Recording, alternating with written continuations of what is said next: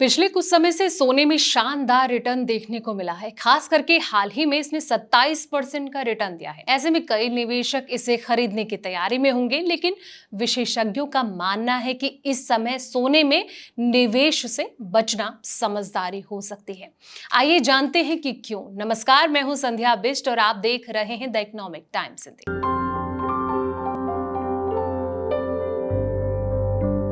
रूस यूक्रेन युद्ध, मध्य पूर्व में चल रहे संघर्ष और अमेरिका चीन ट्रेड वॉर जैसे भू राजनीतिक तनावों ने सोने को एक सुरक्षित ठिकाने यानी कि सेफ हेवन बना दिया है।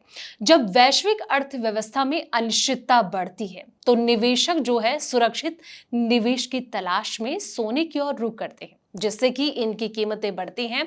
दुनिया भर के केंद्रीय बैंक भी रिकॉर्ड गति से सोना खरीद रहे हैं, जिससे कि सोने की मांग जो है वो बढ़ी है। विश्व स्वर्ण परिषद यानी कि वर्ल्ड गोल्ड काउंसिल के अनुसार 95% केंद्रीय बैंक अगले 12 महीने में और सोना खरीदने की योजना बना रहे हैं। डॉलर के मुकाबले रुपए का कमजोर होना और अमेरिकी फेडरल रिजर्व द्वारा भविष्य में ब्याज दरों में कटौती की उम्मीदें भी सोने की कीमतों को बढ़ावा दे रही हैं।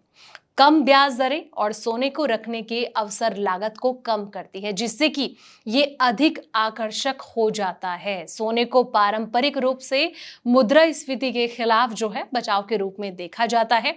हालांकि बढ़ती महंगाई की उम्मीदें भी निवेशकों को सोने में निवेश के लिए प्रेरित कर रहे हैं। सोने की कीमतें ऐतिहासिक ऊंचाई पर जो है पहुंच गई हैं। कुछ विशेषज्ञों का ये मानना है कि ये जो पैनिक बाइंग है इसका परिणाम है, ना कि वास्तविक निवेश। जब संकट कम होता है तो भावनाएं जो हैं वो शांत होती हैं और कीमतें भी नीचे आ सकती हैं। ऐतिहासिक रूप से सोने ने जो है वो लंबी अवधि में सालाना 9 से 10% का रिटर्न दिया है, लेकिन पिछले 6 महीने में इसमें 25% से अधिक की वृद्धि जो है वो देखने को मिली है, जो कि असाधारण है। अब जानते हैं कि अभी निवेश से क्यों बचने की जरूरत है। सोना पहले ही काफी ऊंचे स्तर पर पहुंच चुका है। ऐसे में नए निवेश जो हैं इससे नुकसान होने का जोखिम जो है बढ़ जाता है। इतनी तेजी के बाद आगे बहुत अधिक तेजी की उम्मीदें नहीं है। विशेषज्ञ मौजूदा स्तरों पर नए निवेश से बचने की सलाह दे रहे हैं। सोने की कीमतें वैश्विक आर्थिक स्थितियों, केंद्रीय बैंक की नीतियों और भू राजनीतिक घटनाओं से बहुत प्रभावित होती हैं। ये ज्यादातर जो है अस्थिर हो सकती हैं, जिससे कि निवेशकों को नुकसान हो सकता है।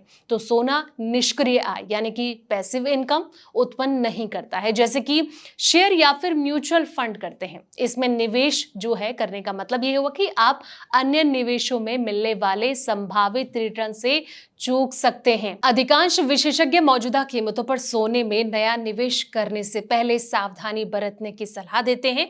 वो ये कहते हैं कि निवेशकों को अपने पोर्टफोलियो में विविधता बनाए रखनी चाहिए और जल्दबाजी में कोई निर्णय जो है वो नहीं लेना चाहिए। छोटी अवधि के लिए निवेश करने वाले निवेशक जो हैं अपने पोर्टफोलियो का कुछ जो हिस्सा है वो चांदी में लगाने पर विचार कर सकते हैं, क्योंकि औद्योगिक सुधार और साथ ही आर्थिक विस्तार से चांदी में तेजी जारी रहने की उम्मीद है। तो ये कहीं ना कहीं आपके लिए आने वाले वक्त में फायदे का सौदा साबित हो सकता है।